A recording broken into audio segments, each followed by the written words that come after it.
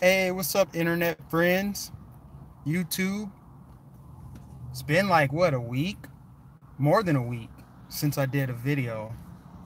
And I've been tired, y'all. I can't front. I've been tired. I've also been out of town. I was in Minnesota last week and I wanted to do a live stream out there, but I just couldn't find the time. I was actually there for a wedding. So I just couldn't find the time to do it. I wanted to do a live stream out there, and I'm luckily politics did not come up with friends, because the thing, guys, most of my friends are on the left.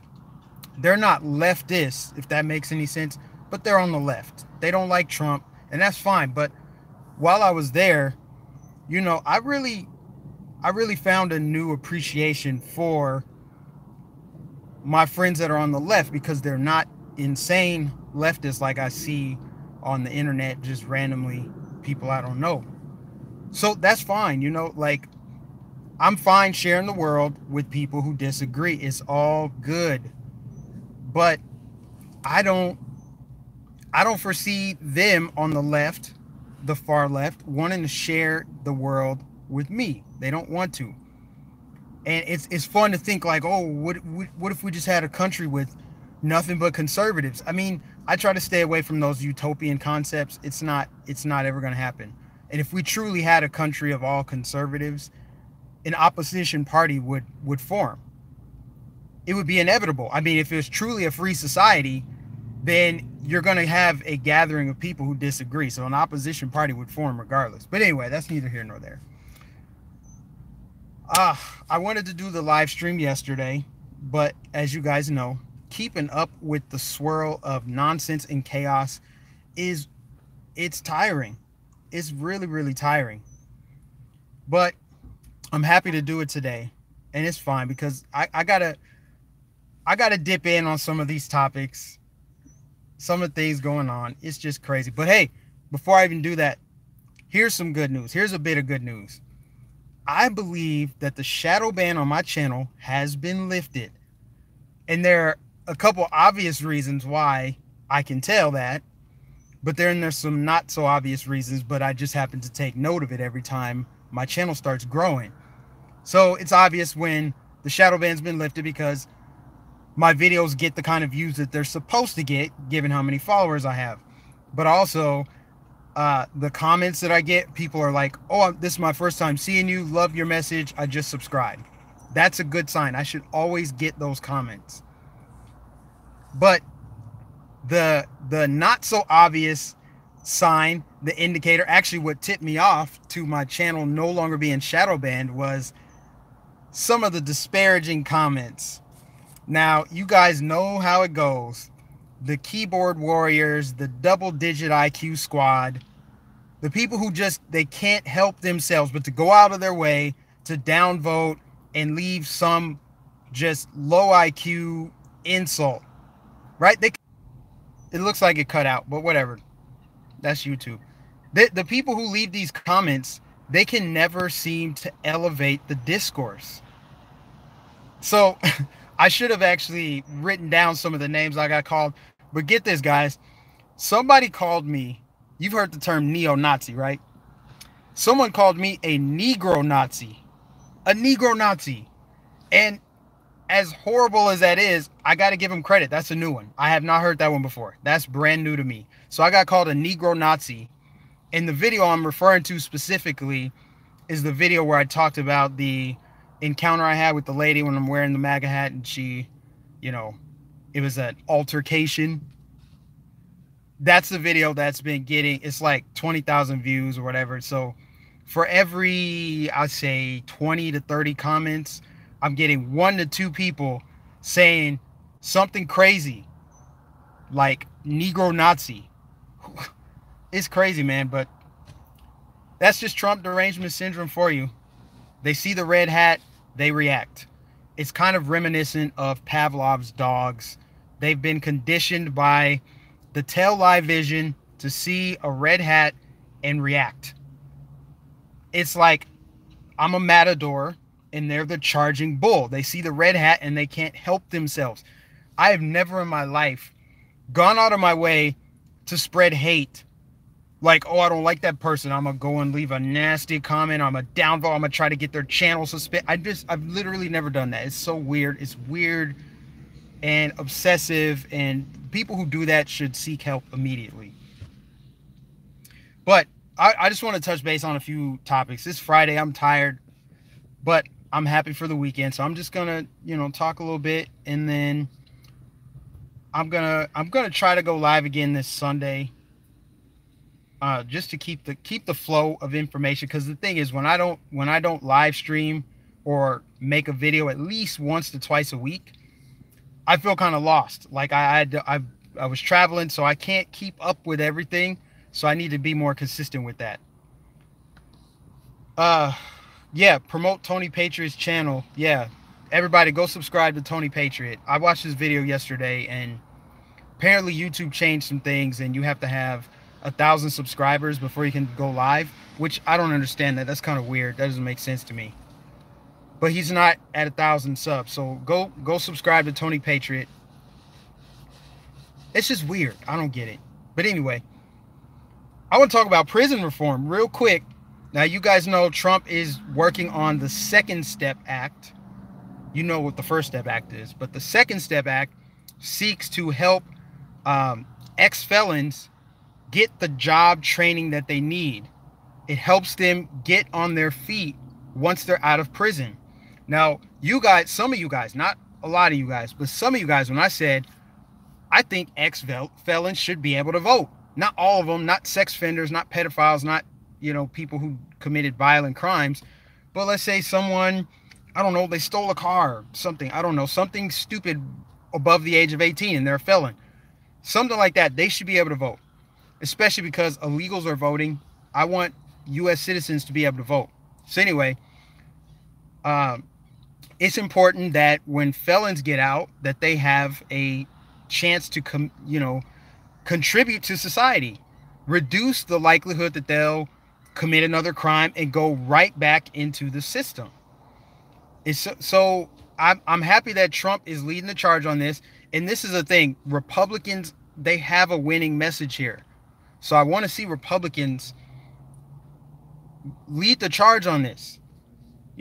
Like ex-felons should be able to vote. Let's get some vocational training for them. Because think about it. Think about someone who's been in prison for 15 years. They don't know they probably never held a smartphone. They don't know what Uber is. They don't know what social media is. Someone that's been in prison that long, how could they come back out into society and not feel lost without some kind of training? And this is why I think I support private prisons, because of that reason. Because private prisons tend to have, at least from what I know, limited knowledge. This is not my wheelhouse, but from limited knowledge I have, the felons that are in private prisons, they prefer that to a state penitentiary because of the different perks that they get in there. And it's better that our tax dollars don't go towards that. I'm fine with our tax dollars. If it has to go to something, let's have it go towards people who are trying to get back on their feet, like they want to contribute to society. But here's the bigger point that I'm trying to make about this. I've discussed Florida. We have 1 million people that just regained their right to vote. And Republicans have a winning message like low taxes. Look what Trump is doing with prison reform. I want to see them get on that ahead of 2020 before Gillum comes and starts talking that socialist nonsense, the handouts. I want them to get ahead of it, because those votes, I see them as up for grabs. I don't see them as going to the Democrats guaranteed. But it's going to be really important down here in Florida. So I love what President Trump did with the Second Step Act. He's releasing black people from prison. Kind of hard to keep up your forced reputation of being racist when you're letting black people out of prison. That's not good. If you're trying to be a racist, you're going about it all wrong. But I love that. And yeah, I'll move on from that. Creepy Joe Biden. This story's already dead. I'm already so fatigued just from how much it's been covered. It's oversaturated. But I can't help but call out yet another double standard. This is the craziest double standard. The way that the left is protecting Joe Biden and the way they're talking about it, like, yeah, he comes from a different era. He's Joe Biden. He didn't understand, the respecting boundaries back when this happened. I'm like, are you so back in 2008, it was okay to sniff hair, but now it's taboo. So 10 years ago, it was seen as okay, not frowned upon. They're making it sound like this dude is out of the 18th century or something. So I think that's funny that they're providing him, they're running interference for him, they're trying to downplay it. And then for the people who were kind of critical of him, which weren't many people, they still offered him a path to redemption like they do for everybody on the left. Oh, he apologized or he's trying to be a better man. But then, it sucks what happened to Kavanagh. But what I love about what happened to Kavanagh is it provides a timeless example that we can use over and over and over again when the left tries to bring up the Me Too movement, or they try to take allegations against a Republican and say, oh, you got to believe the women. It's like, yeah, but what about Kavanagh? I mean, there's more evidence of the physical evidence, video evidence of Biden doing what he did, touching women, grabbing their cheeks, whispering just weird, creepy stuff. But they wanted to nail Kavanagh to the cross over some allegations, no proof, no corroboration. So I just think it's crazy that they do that.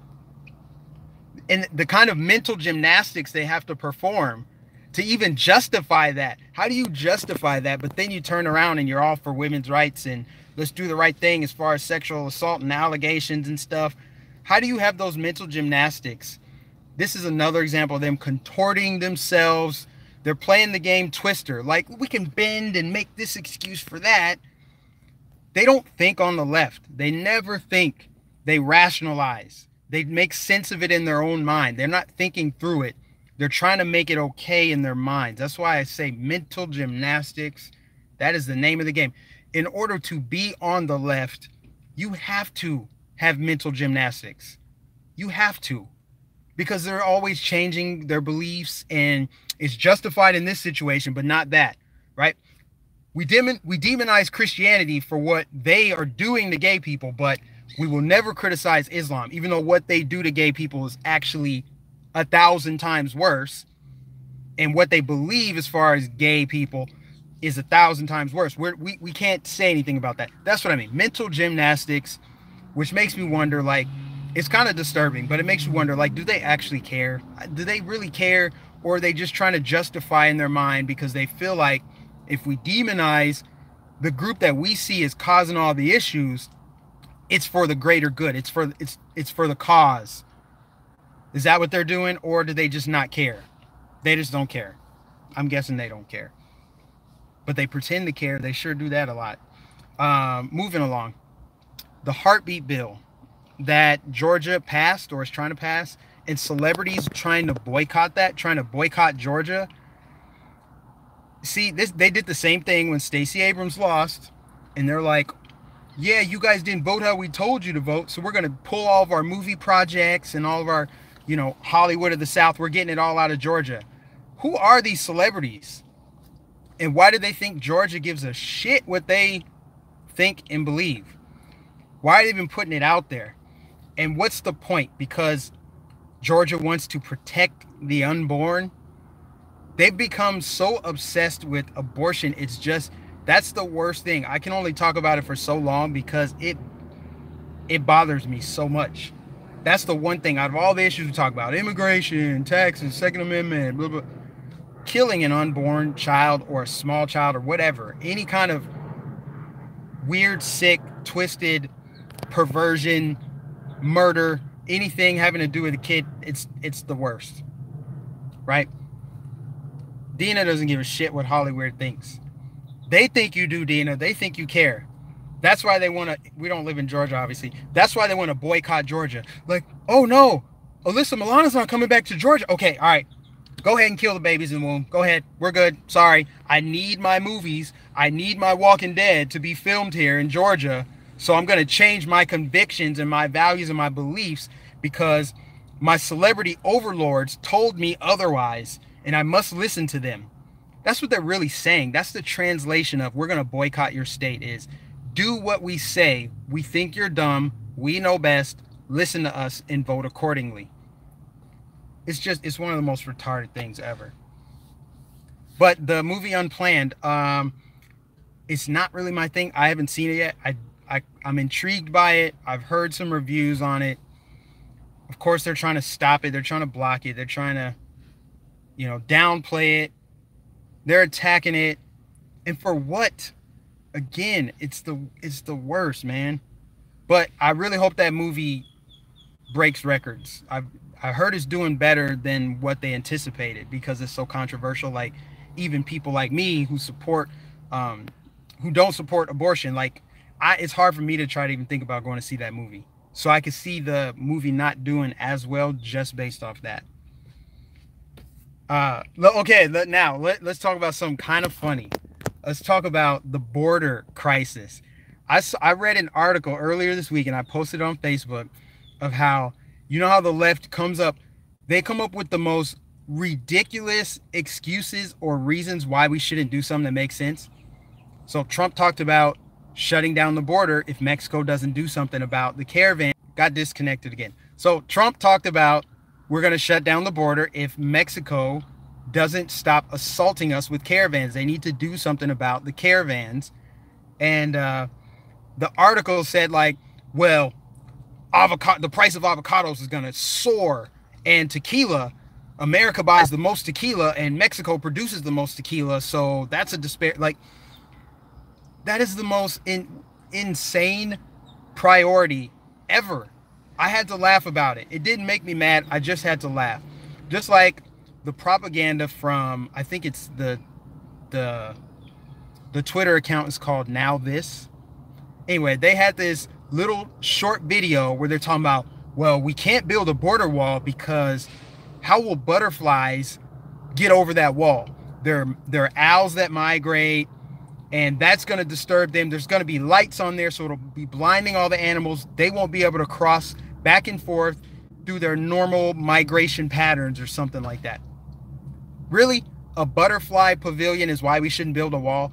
And you literally have to have a single-digit IQ, maybe. Double-digit, you have a low IQ.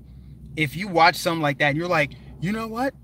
We probably shouldn't do that. We probably should not.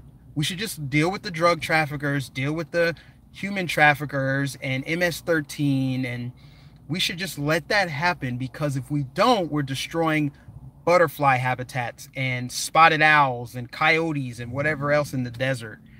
That's the kind of propaganda. That's them insulting the intelligence of anybody who will watch, who will listen. And there are certain people, a lot of them, who will retweet that kind of shit. They'll comment, they'll do all this stuff, and it just tells you that there are people in this country who actually believe whatever they're told. They will let the media and the fake news and the propaganda lead them off of a cliff. They will literally hand them the knife to stab them with. But I just thought that was crazy that they're like, yeah, well, the cost of avocados and tequila will go down tremendously if Trump shuts down the border. I mean, I guess I'll have to say goodbye to guacamole. That's the only thing I can really say about it. And I got enough tequila stocked up in my house. I think I'll be good for a while. I guess moving on to the media meltdown. I'm probably spend 20 seconds on this. The Mueller, that report coming out, and how Rachel Maddow is trying to stage some protest if they don't release the full report. This is what happens when you've committed to your lie, when you've committed to Trump is Hitler, Trump 100% colluded with Russia. That is what I believe. They go from, we respect Robert Mueller's process, we're going to wait for the report. Then when the report comes out, they're like, that report doesn't say anything. That doesn't prove anything. He was probably compromised by the Russians himself. So they have to shift the goalposts because they're committed. They're already committed to the end game. They don't care about the facts. But I mean, their ratings are tanking, so that's fine. But I just think it's kind of funny how they still have some viewers. The fact that MSNBC still has 500,000 to 1 million viewers for some of their primetime hosts, that's still troubling, because that tells you those people are severely severely brainwashed, committed to the lie, and they know who their audience is. See, I wrote some stuff down. Jussie Smollett is being, and I hate talking about this guy. I hate this so much. But I'm holding out a mustard seed of hope that there's going to be justice, that somehow, some way he pays for what he's done, either with jail time or fine or both. I'm good with both. I hope both happens. But it looks like he's going to be sued by the city of Chicago. That corrupt lady, Kim Foxx, they're going to let her off. They're trying to get her to resign, or they want to fire her. There's something going on there. But the thing is, here's the one silver lining with the whole Jussie Smollett getting off on those charges. It proves white privilege is a myth. It's a myth. It's the biggest myth in the world. If there ever was a myth, that is the myth. That is the myth that white liberals want to keep alive. They want me as a black man to think that it's real so they can use me as their pet victim. But anyway, they believe this white privilege thing is white privilege. And I've even seen some conservatives say, yeah, this, or black privilege. Sorry, black privilege. Jussie Smollett getting off, dropping those charges, black privilege. Like, no, there's no more white privilege. I don't see this as black privilege at all. This is class privilege. If you were to try to call it black privilege, you'd have to say, okay, well, Jussie Smollett is black, yes, but he is connected to black people in power, right? Kim Foxx, the Obamas, they're black, but it's more than that. It transcends race, corruption and status and privilege, all that transcends race. Anybody can be privileged. This was liberal privilege, and this was elitist privilege, which really is more corruption than it is privilege, because who else is above the law? It's politicians, it's celebrities, it's athletes, it's entertainers, it's people with money. That is what it is, right? You think about the college scandal, the college tuition thing. That's liberal elitist privilege. That's really not even liberal privilege. That's elitist privilege. Joe Biden, with what he's getting away with, that is privilege. That's the only privilege that exists. People who can get away with stuff and people who can't. None of us can get away with what Jussie Smollett got away with. None of us could have 7 women come forward and accuse us of sexual misconduct, and we can still potentially run for president, let alone keep our jobs and not be thrown into jail.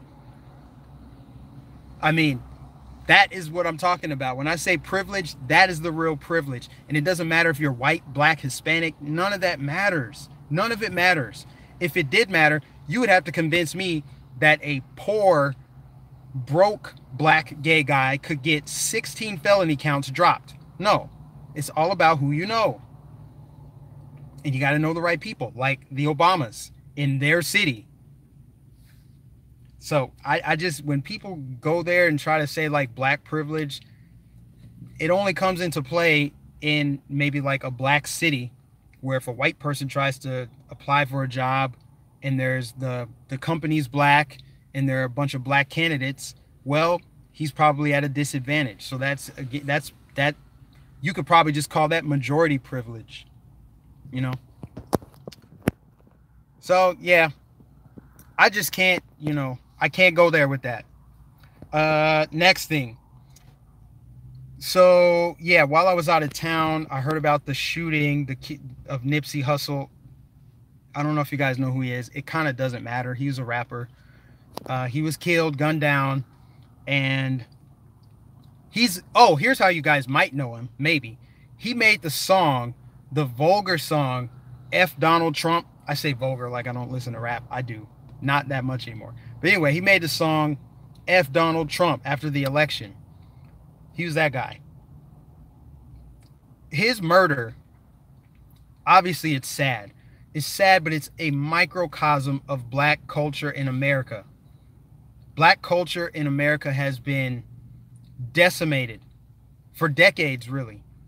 And hip-hop really perpetuates that. right? Hip hop music has changed. It's gone so far. How do we go from Tupac and Biggie, where they actually had a message? Really, even before that, hip hop was about the culture and the breakdancing and all that. But then it went to Tupac and Biggie talking about the struggle and that kind of thing. NWA, for those of you that know that stuff, listen to them back in the day. But now we're at these like bubblegum rappers and like these, they talk about drugs and then like the gang stuff. That is poison. It's toxic in the black community. And it's really funny how this guy was killed in his own neighborhood by another black person. But still in the black community, we think white people are the problem. That's the biggest thing right there. Is I don't know how we get that in our minds, where even though as a black man, if you heard I got shot and killed, instantly in your mind it would pop up that it was another black person that did it, not some random white guy. It's like, I hate all the blacks, let's kill them. That's not a thing. The most dangerous person to a black person is another black person. And the people who come in my comments and call me the sellout for calling that out and exposing it, they're the sellouts. You know, it's the Al Sharptons, it's these rappers, it's the people who push this Black Lives Matter nonsense. It's Jussie Smollett, it's black politicians, it's Maxine Waters and Sheila Jackson Lee and the corrupt mayors of Detroit and Baltimore. All of those black people are sellouts. Those are the real sellouts. Those are the coons. Those are the Uncle Toms. Those are the people who should get the most scrutiny, the most hate. But no, instead, they go after people who have college educations, people who are politicians, who are actually doing the right thing, people who care about the community, people who, like a Larry Elder or a brain surgeon like Ben Carson, they get called all those names. Up is down, down is up, right? See, that's the problem, is the crabs in the bucket mentality. And for the people that came in there, I know I made fun of the guy that whoever left a comment calling me a Negro Nazi. That just goes to show you right there. The most dangerous thing to the black community is the black community. But instead, we're always talking about more racism, more reparations, more slavery, more white privilege. Man, Larry Elder had a great quote. He said, if white people thought about oppressing black people as much as black people think they do, white people wouldn't have time to oppress black people. I feel like in the black community, we just assume that white people are always thinking about racism. They're always thinking about, oh, I don't like blacks. No, the average person is just trying to live their life. But it's always in our minds about, we're always thinking about white people. They don't like me. They're trying to lock me up. The man's trying to get me. The white man, they got their boot on my neck. Nipsey Hussle just got killed by another black person. And he's obviously not the first black person to get killed by another black person. Black people get killed by black people every single day. In that 5 seconds, 2 to 3 seconds that I was just silent, somebody black just got killed by another black person. Before I end this live stream, somewhere in America, there are black people getting gunned down by other black people. This is a fact. It's irrefutable. You cannot dispute this. And when people try to deliver a positive message, a message of hope, a message of you can survive, you're not a victim, you're a survivor, we're the ones who get attacked. We're the ones who get the comments. And that's fine. You know, I really admire the people who can rise above it. I've gotten to the point where I don't say anything back, because it's like talking to a brick wall. I mean, you guys have seen my videos. You know what I say. You know what I talk about. And all someone can come in to my comments and do is downvote the video and then comment and say, where's your KKK hood?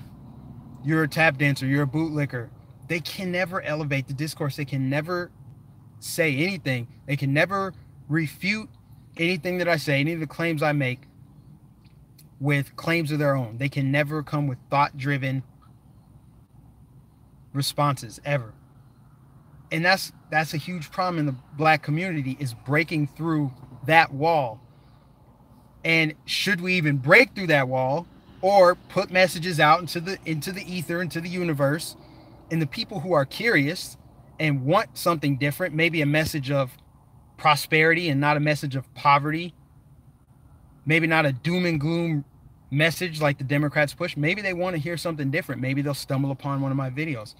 Maybe that's more valuable than me trying to reach one of these, I want to call them something else, but reach some of those black people or Hispanics or anybody who is sharecropping on the Democrat plantation and they feel like I'm in the wrong, or I'm on the wrong side of history, or I'm on Donald Trump's KKK team, or whatever stupid thing they say. Maybe it's not worth it to try to go break through that wall, because some sheep will be led to slaughter. They don't care. Some people want that.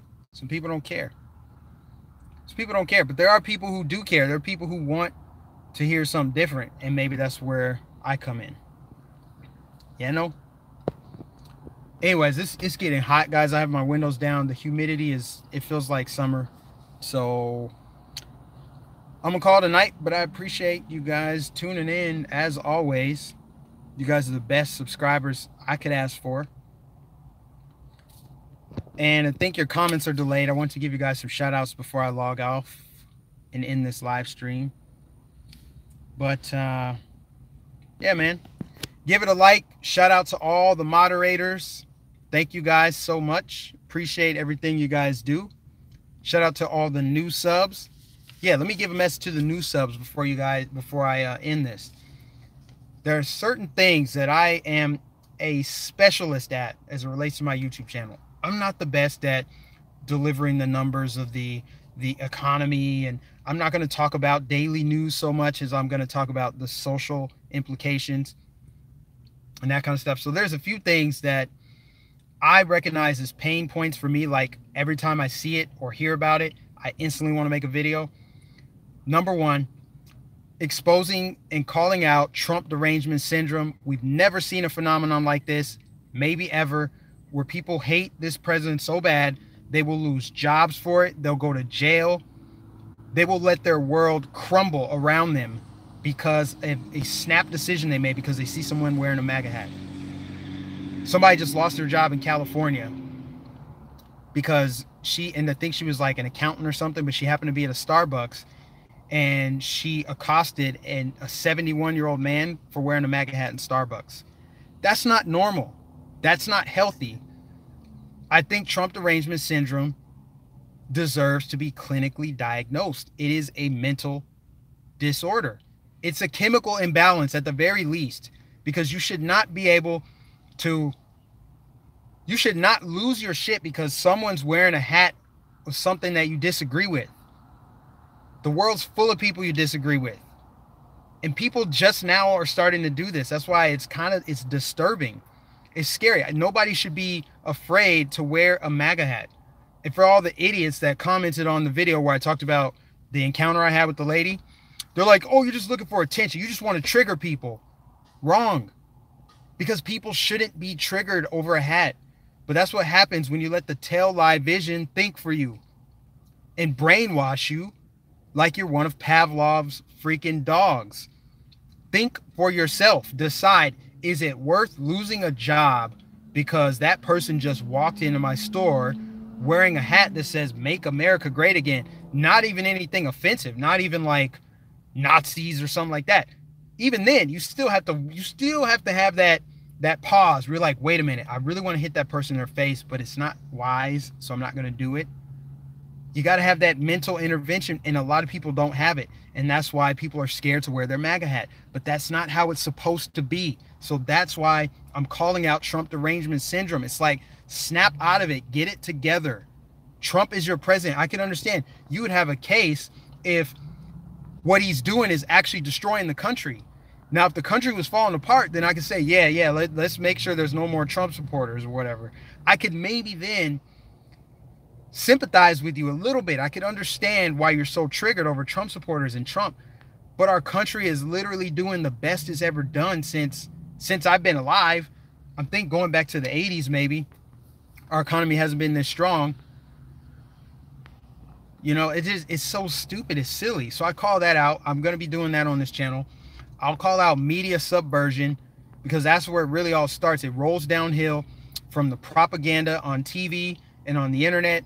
And there's a lot of censorship, and a lot of people don't realize that they live in a left-wing echo chamber, and that everything they consume from Facebook, Twitter, Instagram, everything from the ads that pop up to the ads that don't pop up, right? Like the Unplanned on Twitter being censored. That's all controlled by liberals, the left. They control it all. All of the headquarters of all of these media outlets, they're all in blue districts in blue cities. All the people working there are Democrat. So they, you know, a lot of people don't realize that. They think they're turning the channel, or they're going, oh, let me read this BuzzFeed article. Okay, let me read Vox's article. Okay, let me read Washington Post. They think they're getting different opinions. No, they're just hearing different voices spew the same garbage. So I try to bring that up and point that out, because I think that's important to kind of snap people out of the matrix. Another thing I like calling out and exposing, and a lot of this is just by default, but I feel like I have a keen sense for it since I've been in politics. Exposing the leftist bigotry, the upside down world that we find ourselves in, where the people who claim to be fighting fascism and bigotry and intolerance are the intolerant, bigoted, hateful people themselves. They're pointing the finger, and they're the ones guilty of it. So I like calling that out and exposing it, like I did with the people that came into my comments and left me all those disparaging comments. I'm like, who's more hateful than you? You've said the most hateful thing to me that anyone has said since the last person that said that. But yet you're pointing the finger at other people.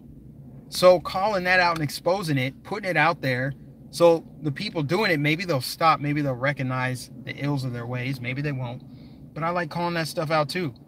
And then the elitism, the hypocrites, the people telling us how to live, but they won't live that way. Think about it. The Green New Deal. All the people that back the Green New Deal, if you have friends and family that back the Green New Deal, ask them why they need the government to step in. Why don't they give up their cars now? You can voluntarily pay more taxes to the government if you want to. Why do you need the government to force you to do something that you supposedly feel so passionate about? If you believe in the Green New Deal, get rid of your car right now. Start saving to retrofit your house right now. What are you waiting for? Champion that cause. Be the change you want to see in the world, right? AOC, she's always barking these orders, but she won't do it. She's taking Uber, she's flying in airplanes, she's probably flying in first class on taxpayer dollars. It's like, why don't you do it first? Give up your guns first, celebrities. Why don't you disarm your security first? Tear down the walls around your mansions first. You're not going to do that, are you? Okay, well, shut up and stop telling us how to live. See, I'm starting to get worked up, guys. I can't do that. I can't do that because it's already been, what, 30 minutes, 40 minutes? So I call that out too. And, of course, the people who are stuck on the Democrat plantation, the sharecroppers, the people with Stockholm Syndrome, defending Democrats, worshiping the holy shrine of black politicians. Oh, they're black. That means they care about me. Black politicians care because they're black. I don't know anything about their policies. Their policies literally harm my community, but they're black. They're intersectional. They're woke. You know, the optics. I love the optics. I love when I look at the Democrat Party and I see women. I see people wearing hijabs. I see people of ethnic backgrounds. That's important to me. I don't care that their policies raise taxes and make my community look horrible and they don't help black people. They don't care about that stuff. They just love the identity politics because they've been brainwashed, and they've also been used as weapons, right? The liberals will go out and say, that's where all these insults came from, Uncle Tom and all that stuff. They're useful idiots. So they'll come after conservatives, free thinkers, anybody who disagrees with them, and they'll ostracize them. They'll applaud someone getting deplatformed. They'll applaud someone like Alex Jones getting deplatformed for spreading misinformation when the mainstream media, who's supposed to be trusted, they have all this money going to them. They've been spreading misinformation for who knows how long. We know at least for a fact 3 years. We know they lied about a lot of stuff. They covered up a lot of stuff during Obama's tenure. But I don't want to get off on a tangent, guys. I'm just saying that's what I will be exposing on this channel. So if you're new, be on the lookout for that. I'm signing out. I'll catch you guys later. I wish I could read your comments that are coming in as I'm talking. Shout out to Joey, Dina, DM, Paula C, all these people, all you guys. Love y'all. All right. It's hot, guys. I'm signing off. I'll catch you.